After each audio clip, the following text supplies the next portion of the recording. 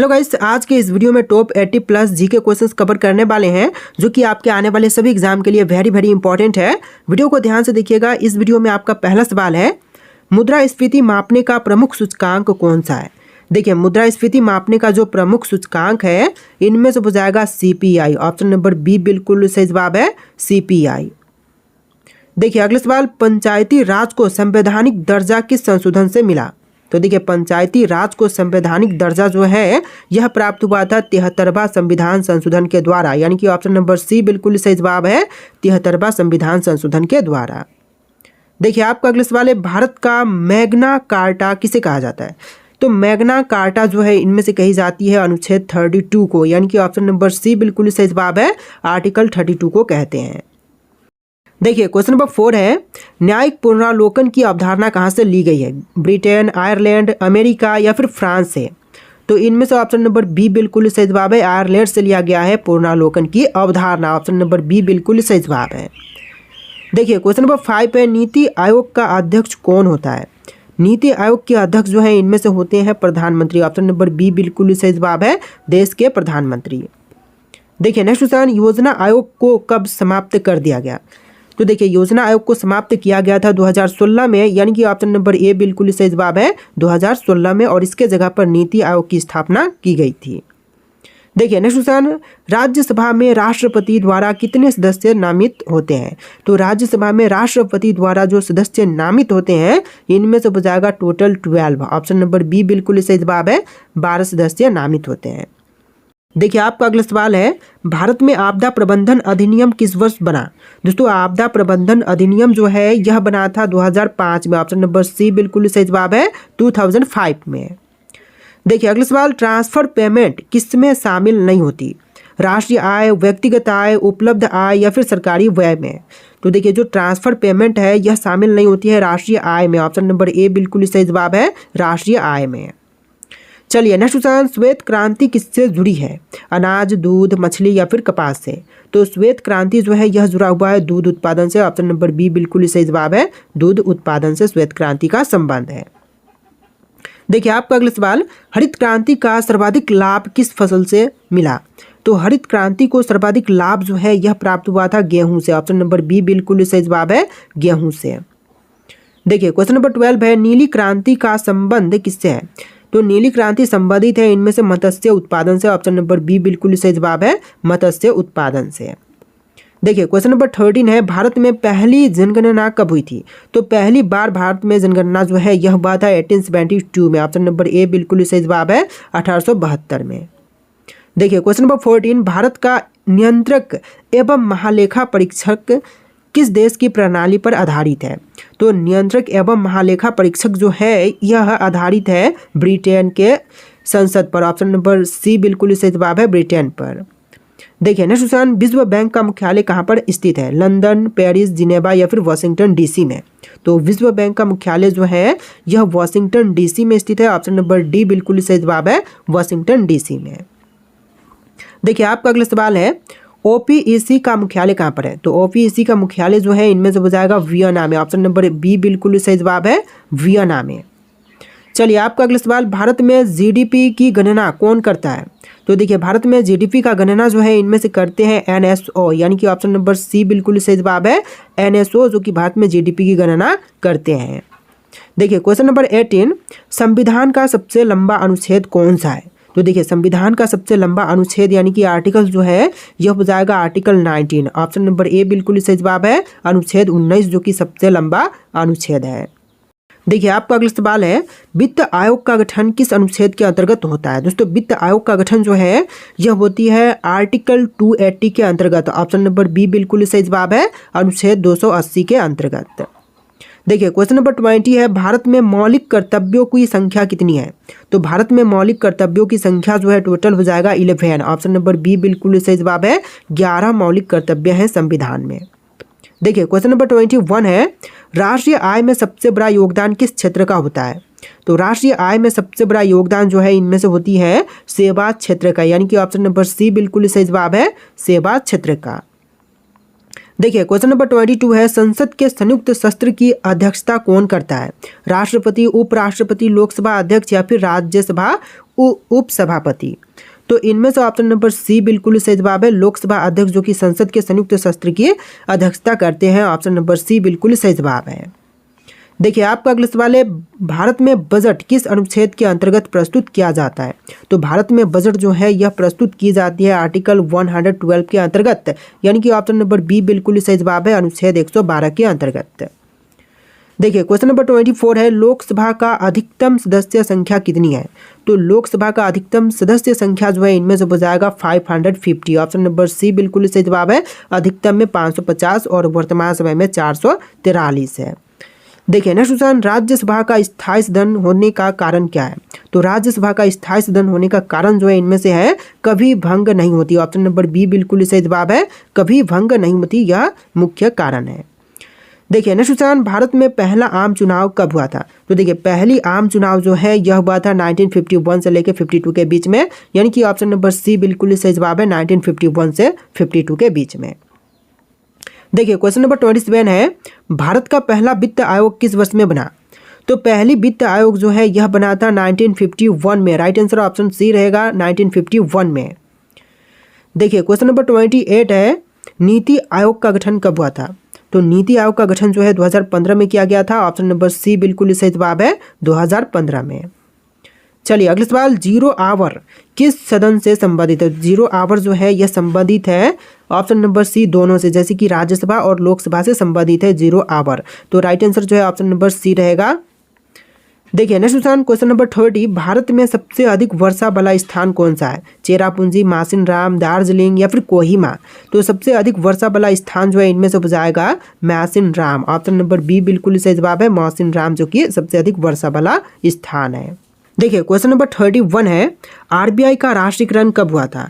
दोस्तों आरबीआई का राष्ट्रीयकरण की बात करें तो यह हुआ था 1949 में। ऑप्शन नंबर सी बिल्कुल सही जवाब है, 1949 में आरबीआई का राष्ट्रीयकरण किया गया था। देखिए क्वेश्चन नंबर 32 है, योजना आयोग का मुख्य कार्य क्या था? देखिए योजना आयोग का मुख्य कार्य था इनमें से हो जाएगा पंचवर्षीय योजना बनाना, यानी कि ऑप्शन नंबर सी बिल्कुल सही जवाब है, योजना आयोग का मुख्य उद्देश्य पंचवर्षीय योजना बनाना था।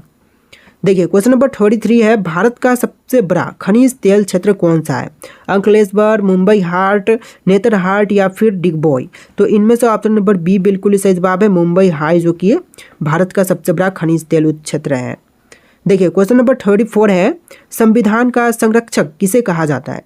तो संविधान का संरक्षक जो है इनमें से कहे जाते हैं सर्वोच्च न्यायालय को, यानी कि ऑप्शन नंबर सी बिल्कुल सही जवाब है, सर्वोच्च न्यायालय।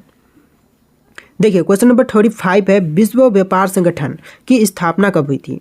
तो विश्व व्यापार संगठन की स्थापना की बात करें तो यह हुआ था 1995 में। ऑप्शन नंबर सी बिल्कुल सही जवाब है, 1995 में। देखिए क्वेश्चन नंबर 36 है, भारत का सबसे बड़ा डेल्टा कौन सा है? महानदी, गोदावरी, गंगा ब्रह्मपुत्र या फिर कृष्णा? तो भारत का सबसे बड़ा डेल्टा जो है इनमें से है गंगा ब्रह्मपुत्र डेल्टा, जो कि सुंदरबन डेल्टा के नाम से जानी जाती है। देखिए क्वेश्चन नंबर 37 है, मानसून का आगमन सबसे पहले कहाँ पर होता है? तो मानसून का आगमन जो है सबसे पहले होता है केरल राज्य में। ऑप्शन बी बिल्कुल सही जवाब है, केरल राज्य में सबसे पहले मानसून का आगमन होती है। देखिए क्वेश्चन नंबर 38 है, संविधान का रक्षक किसे कहा जाता है? राष्ट्रपति, प्रधानमंत्री, सर्वोच्च न्यायालय या फिर संसद? तो संविधान का रक्षक जो है इनमें से कहे जाते हैं सर्वोच्च न्यायालय को, यानी कि ऑप्शन नंबर सी बिल्कुल सही जवाब है, सर्वोच्च न्यायालय। देखिए क्वेश्चन नंबर 39 है, भारत का सबसे बड़ा कोयला क्षेत्र कौन सा है? बोकारो, रानीगंज, झड़िया या फिर तालचेर? तो इनमें से ऑप्शन नंबर सी बिल्कुल सही जवाब रहेगा, झड़िया जो कि सबसे बड़ा कोयला क्षेत्र है। देखिए क्वेश्चन नंबर 40 है, अंतर्राष्ट्रीय न्यायालय का मुख्यालय कहाँ पर स्थित है? तो अंतर्राष्ट्रीय न्यायालय का मुख्यालय जो है हेग में है। ऑप्शन नंबर सी बिल्कुल सही जवाब है, हेग में स्थित है अंतर्राष्ट्रीय न्यायालय का मुख्यालय। देखिए क्वेश्चन नंबर 41 है, भारत में पंचवर्षीय योजनाएं कब से शुरू हुई? 1947, 50, 51 या फिर 52 से? तो भारत में पंचवर्षीय योजनाएं जो हैं यह शुरुआत हुआ था 1951 से। ऑप्शन नंबर सी बिल्कुल सही जवाब है, 1951 से। देखिए क्वेश्चन नंबर 42 है, राज्यसभा के सभापति कौन होते हैं? राष्ट्रपति, उपराष्ट्रपति, प्रधानमंत्री या फिर लोकसभा अध्यक्ष? तो राज्यसभा के सभापति जो होते हैं इनमें से हो जाएंगे उपराष्ट्रपति। ऑप्शन नंबर बी बिल्कुल सही जवाब है, उपराष्ट्रपति जो कि राज्यसभा के सभापति होते हैं। देखिए क्वेश्चन नंबर 43 है, भारत में मौलिक अधिकार किस भाग में है? तो मौलिक अधिकार की बात करें तो यह भाग 3 में है। ऑप्शन नंबर बी बिल्कुल सही जवाब है, भाग 3 में। देखिए क्वेश्चन नंबर 44 है, संविधान सभा के अस्थायी अध्यक्ष कौन थे? दोस्तों संविधान सभा के अस्थायी अध्यक्ष की बात करें तो इनमें से थे डॉक्टर सच्चिदानंद सिन्हा, यानी कि ऑप्शन बी बिल्कुल सही जवाब है, डॉक्टर सच्चिदानंद सिन्हा। देखिए क्वेश्चन नंबर 45 है, भारतीय संविधान में कुल भाग कितने हैं?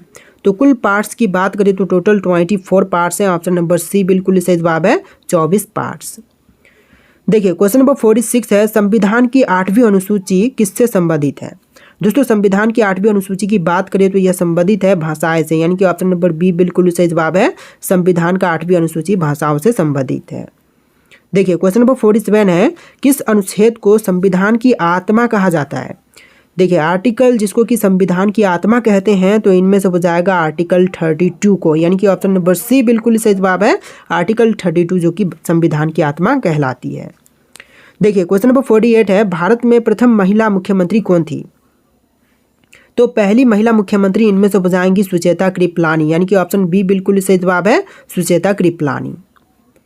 देखिए क्वेश्चन नंबर 49 है, राज्य के नीति निर्देशक तत्व किस देश से लिए गए हैं? तो राज्य के नीति निर्देशक तत्व जो हैं यह लिए गए हैं आयरलैंड से। ऑप्शन नंबर बी बिल्कुल सही जवाब है, आयरलैंड से लिया गया है। चलिए आपका अगला सवाल, लोकसभा अध्यक्ष का चुनाव कौन करता है? राष्ट्रपति, प्रधानमंत्री, लोकसभा या फिर राज्यसभा? तो इनमें से करता है लोकसभा, जो कि बिल्कुल सही जवाब रहेगा, ऑप्शन नंबर सी। लोकसभा अध्यक्ष का चुनाव जो है लोकसभा के सदस्य करते हैं। देखिए क्वेश्चन नंबर 51 है, किस समिति ने संविधान का मसौदा तैयार किया था? संघ समिति, प्रारूप समिति, मूल अधिकार समिति या फिर नियम समिति? तो समिति जिन्होंने संविधान का मसौदा तैयार किया था इनमें से हो जाएगा प्रारूप समिति ने। ऑप्शन बी बिल्कुल सही जवाब रहेगा, प्रारूप समिति ने। देखिए आपका अगला सवाल, भारतीय संविधान का प्रारूप किसने तैयार किया था? तो भारतीय संविधान का प्रारूप तैयार करने वाले इनमें से हो जाएंगे B N Rao. Option number B बिल्कुल सही जवाब है, वी एन राव ने तैयार किया था भारतीय संविधान का प्रारूप। देखिए नेक्स्ट क्वेश्चन, भारत में संविधान में एकल नागरिकता किस देश से ली गई है? तो भारतीय संविधान में एकल नागरिकता जो है यह लिया गया है ब्रिटेन से। ऑप्शन नंबर डी बिल्कुल सही जवाब है, ब्रिटेन से। चलिए नेक्स्ट क्वेश्चन, भारत का सबसे बड़ा नदी द्वीप कौन सा है? माजुली, सालसेट, श्रीरंगम या फिर एलिफेंटा? तो सबसे बड़ा नदी द्वीप जो है इनमें से हो जाएगा माजुली। ऑप्शन नंबर ए बिल्कुल सही जवाब है, माजुली द्वीप। देखिए अगला सवाल, भारत का सबसे लंबा बांध कौन सा है? तो सबसे लंबा बांध जो कि भारत में इनमें से हो जाएगा हीराकुंड बांध। ऑप्शन नंबर बी बिल्कुल सही जवाब है, हीराकुंड बांध जो कि महानदी पर बना हुआ है, भारत का सबसे लंबा बांध है। देखिए नेक्स्ट क्वेश्चन, भारतीय रेलवे का राष्ट्रीयकरण कब हुआ था? तो भारतीय रेलवे का राष्ट्रीयकरण किया गया था 1948 में। ऑप्शन नंबर बी बिल्कुल सही जवाब है, 1948 में भारतीय रेलवे का राष्ट्रीयकरण हुआ था।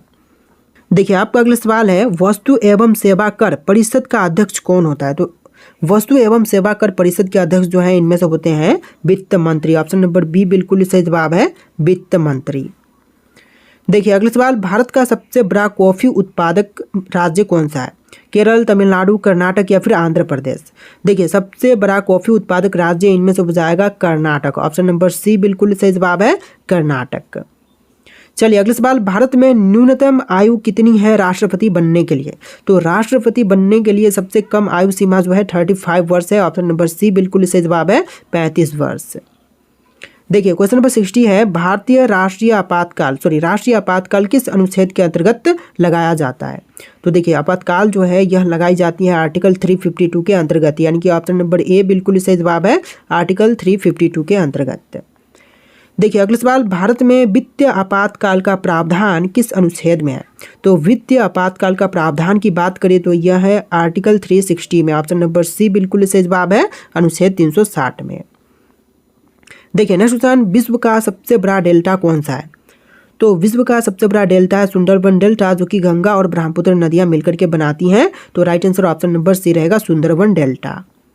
देखिए अगला सवाल, भारत में राष्ट्रीय आय लेखांकन प्रणाली किसने शुरू की? तो देखिए भारत में राष्ट्रीय आय लेखांकन प्रणाली की शुरुआत करने वाले हो जाएंगे BKRV Rao. Option number B बिल्कुल सही जवाब है, BKRV राव। देखिए नेक्स्ट क्वेश्चन नंबर 64, संसद का उच्च सदन कौन सा है? लोकसभा, राज्यसभा, विधानसभा या फिर विधान परिषद? तो संसद का उच्च सदन जो है इनमें से बुझाएगा राज्यसभा। ऑप्शन नंबर बी बिल्कुल सही जवाब है, राज्यसभा। देखिए क्वेश्चन नंबर 65 है, अंतर्राष्ट्रीय मुद्रा कोष IMF का मुख्यालय कहाँ पर है? तो अंतर्राष्ट्रीय मुद्रा कोष की मुख्यालय की बात करें तो यह है वॉशिंगटन DC में। ऑप्शन नंबर सी बिल्कुल सही जवाब है, वॉशिंगटन DC में। देखिए क्वेश्चन नंबर 66 है, भारत का सबसे पुराना तेल क्षेत्र कौन सा है? तो सबसे पुराना तेल क्षेत्र इनमें से हो जाएगा डिगबोई। ऑप्शन नंबर सी बिल्कुल सही जवाब है, डिगबोई जो कि सबसे पुराना तेल क्षेत्र है। देखिए आपका अगला सवाल है, संविधान की किस अनुसूची में केंद्र राज्य शक्तियों का विभाजन है? तो केंद्र राज्य शक्तियों का विभाजन जो है यह अनुसूची 7 में है। ऑप्शन नंबर बी बिल्कुल सही जवाब है, 7वीं अनुसूची में दिया गया है। देखिए अगला सवाल है, भारत में जनहित याचिका की शुरुआत किस दशक में हुई थी? तो जनहित याचिका की शुरुआत जो है यह हुआ था 1980 में। ऑप्शन नंबर सी बिल्कुल सही जवाब है, 1980 में। देखिए आपका अगला सवाल, विश्व का सबसे बड़ा मरुस्थल कौन सा है? सहारा, गोबी, थार या फिर अटाकामा? तो विश्व का सबसे बड़ा मरुस्थल जो है इनमें से हो जाएगा सहारा मरुस्थल। ऑप्शन नंबर ए बिल्कुल सही जवाब है, सहारा मरुस्थल। देखिए क्वेश्चन नंबर 70 है, भारत में पहला परमाणु परीक्षण कहाँ पर किया गया था? तो भारत में जो पहला परमाणु परीक्षण हुआ था यह राजस्थान के पोखरण में हुआ था। Right answer option number A रहेगा, राजस्थान के पोखरण में। देखिए क्वेश्चन नंबर 71 है, संविधान संशोधन की प्रक्रिया किस अनुच्छेद में है? संविधान संशोधन की प्रक्रिया जो है यह आर्टिकल 368 में है। ऑप्शन नंबर डी बिल्कुल सही जवाब है, आर्टिकल 368 में। देखिए आपका अगला सवाल, भारत में सबसे अधिक तटीय लंबाई वाला राज्य कौन सा है? तो सबसे अधिक तटीय लंबाई वाला राज्य इनमें से गुजरात है। ऑप्शन नंबर सी बिल्कुल सही जवाब है, गुजरात राज्य। देखिए क्वेश्चन नंबर 73 है, राष्ट्रीय विकास परिषद का अध्यक्ष कौन होता है? दोस्तों राष्ट्रीय विकास परिषद के अध्यक्ष की बात करें तो यह होते हैं प्रधानमंत्री। ऑप्शन नंबर बी बिल्कुल सही जवाब है, देश के प्रधानमंत्री। चलिए क्वेश्चन नंबर 74 है, भारत में राष्ट्रीय पिछड़ा वर्ग आयोग को संवैधानिक दर्जा किस संशोधन से मिला? तो भारत में राष्ट्रीय पिछड़ा वर्ग आयोग को जो है संवैधानिक दर्जा जो है यह 102वां जो संविधान संशोधन हुआ था उसके अंतर्गत मिला था, यानी कि 102 जो संविधान संशोधन था उसके अंतर्गत मिला था। देखिए next question number 75, GDP deflator का प्रयोग किसके मापन में होता है? तो देखिए जीडीपी डिफ्लेटर का प्रयोग जो है यह की जाती है मुद्रास्फीति के मापन में। ऑप्शन नंबर सी बिल्कुल सही जवाब है, मुद्रास्फीति के। देखिए अगला सवाल, भारतीय संविधान में संघीय व्यवस्था शब्द का उल्लेखित है कहाँ पर? तो भारतीय संविधान में संघीय व्यवस्था शब्द का उल्लेखित है कहीं भी नहीं। ऑप्शन नंबर डी बिल्कुल सही जवाब है, भारतीय संविधान में कहीं पर भी इसका उल्लेख नहीं किया गया है। देखिए अगला सवाल, राष्ट्रीय निवेश एवं अवसंरचना कोष कब स्थापित हुआ था? तो राष्ट्रीय निवेश एवं अवसंरचना कोष जो है यह स्थापित हुआ था 2015 में। ऑप्शन नंबर बी बिल्कुल सही जवाब है, 2015 में। चलिए नेक्स्ट क्वेश्चन, संविधान सभा में कुल कितनी समितियां हैं? तो संविधान सभा में सभी समितियां जो मिला करके है 22। ऑप्शन नंबर सी बिल्कुल सही जवाब है, 22 समितियां हैं। चलिए नेक्स्ट क्वेश्चन, 0 आवर की शुरुआत किस दशक में हुई थी? तो 0 आवर की शुरुआत जो है यह हुआ था 1960 में। ऑप्शन नंबर बी बिल्कुल सही जवाब है, 1960 में। चलिए अगला सवाल, राष्ट्रीय खाद्य सुरक्षा अधिनियम किस वर्ष में लागू हुआ? तो राष्ट्रीय खाद्य सुरक्षा अधिनियम जो है यह लागू हुआ था 2013 में। ऑप्शन नंबर सी बिल्कुल सही जवाब है, 2013 में। तो देखिए क्वेश्चन नंबर 81 है, संविधान में लोकतांत्रिक शब्द कब जोड़ा गया? मूल संविधान यानी कि बनने के समय या 24वां संशोधन के समय या 42वां या फिर 44वां संशोधन के समय जोड़ा था? तो इनमें से राइट आंसर आपको कमेंट करना है कि संविधान में लोकतांत्रिक शब्द जो है यह कब जुड़ा था। इस वीडियो में टोटल 80+ जी के क्वेश्चन थे। आपको वीडियो कैसा लगा कमेंट करना और इस वीडियो को लाइक करके चैनल को सब्सक्राइब कर लीजिएगा। चलिए फिर मिलते हैं नए वीडियो में।